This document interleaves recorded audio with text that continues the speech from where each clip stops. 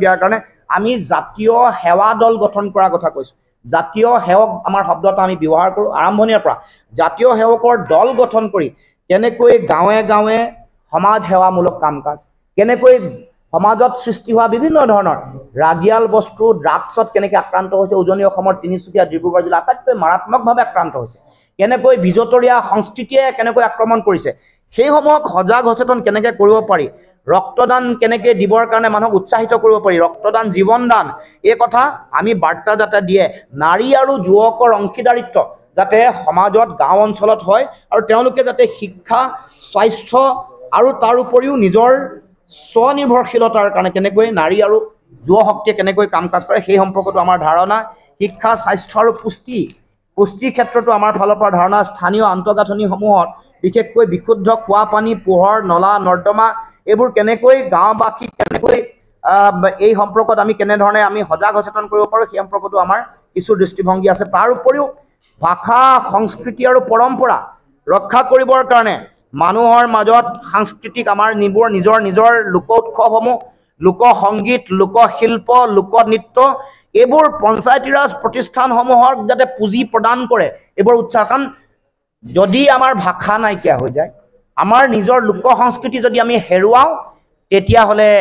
না সমাজ থাকিব না জাতি থাকিব। সেইকাৰণে এই বিষয়সমূহৰ যাতে পঞ্চায়তী ৰাজ ব্যৱস্থা প্ৰতিষ্ঠানৰ পৰা যাতে পুঁজি ধাৰ্য কৰা হয় সেই সম্পৰ্কতো আমি আমাৰ নিজৰ দৃষ্টিভংগী আমি আগবঢ়াইছোঁ। লোক সংস্কৃতি পাঠশালা গঠন, সকলো অসমীয়া আৰু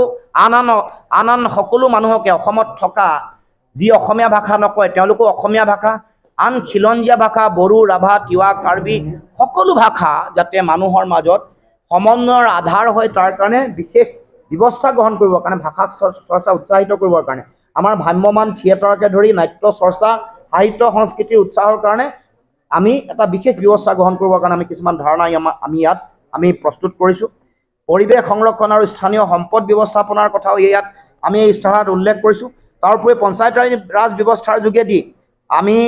জিলা পৰিকল্পনা সমিতি, জিলা উন্নয়ন সমিতি, জিলা পৰিষদ আৰু উন্নয়ন আঁচনিত পঞ্চায়তী ৰাজ প্ৰতিষ্ঠানৰ নিৰ্বাচিত প্ৰতিনিধিসকলৰ অংশীদাৰিত্ব যাতে নিশ্চিত হয় সেই সম্পৰ্কতো আমি আমাৰ এইবোৰ পঞ্চায়তী ৰাজ আইনৰ আধাৰত যিবোৰ দিব লগা প্ৰাপ্য অধিকাৰ আজিলৈকে দিয়া নাই, তাৰ উপৰিও আমাৰ পঞ্চায়তী ৰাজৰ যিসকল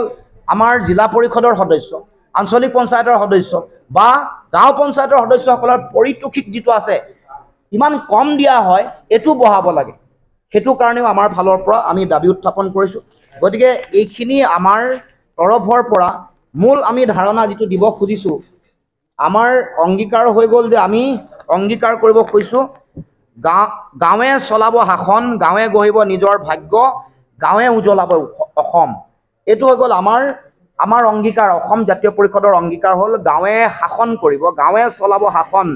গাঁৱে গঢ়িব নিজৰ ভাগ্য, নিজে স্বনিয়োজনৰ আত্মনিৰ্ভৰশীলতাৰ কথা যিটো কৈছোঁ, গাঁৱে গাঁৱে অৰ্থনীতি বিকাশৰ কথা কৈছোঁ, এইবোৰৰ ক্ষমতা অধিক সম্প্ৰসাৰণৰ দাবী আমি উত্থাপন কৰিছোঁ বা আমাৰ চৰকাৰ হ'লে এইবোৰ আমি বাস্তৱায়িত কৰিবৰ কাৰণে আমি চিন্তা চৰ্চা কৰিম আৰু গাঁৱে উজ্বলাব অসম, এই কথা আমাৰ মূল ধাৰণা। সেইকাৰণে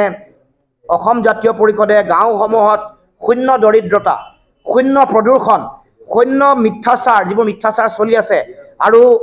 মানে কৰ্মহীনতা একেবাৰে নাইকিয়া কৰিবৰ কাৰণে শূন্য কৰ্মহীনতা, শূন্য দুৰ্নীতি, মানুহৰ মাজত শূন্য ঘৃণা, শূন্য শত্ৰুতা এইবোৰ তৈয়াৰ কৰিবৰ কাৰণে আমাৰ যিটো আমাৰ ব্যৱস্থা, সেই ব্যৱস্থাত আমি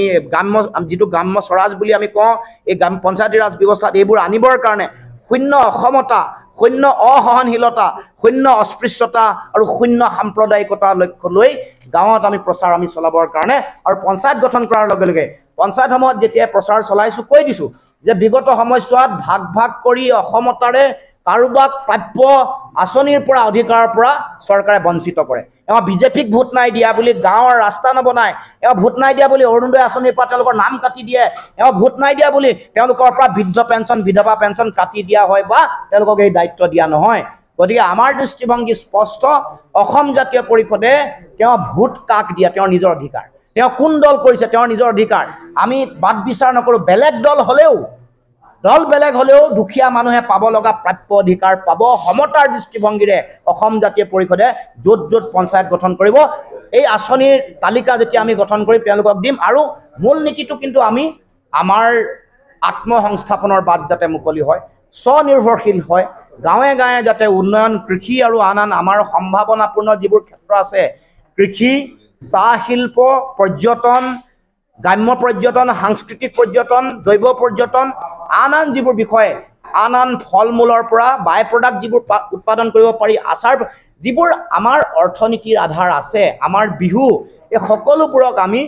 পঞ্চায়তী ৰাজ ব্যৱস্থাৰ ক্ষমতাৰ অধীনলৈ আনি সেইবোৰক পৰিকল্পিত ৰূপত আগবঢ়াই লৈ যাবৰ কাৰণে চিন্তা চৰ্চা কৰিছোঁ এইখিনি আমাৰ দৃষ্টিভংগী আমাৰ কাৰণে কেৱল হিতাধিকাৰী নহয় আত্মনিৰ্ভৰশীলতা স্বনিৰ্ভৰশীলতা গাঁও অঞ্চলৰ মানুহৰ বৃদ্ধি কৰাটো আমাৰ মূল লক্ষ্য হিচাপে আমি আমাৰ ইস্তাহাৰত এই বিষয়সমূহ উল্লেখ কৰিছোঁ আৰু আমি এইবাৰ এইখন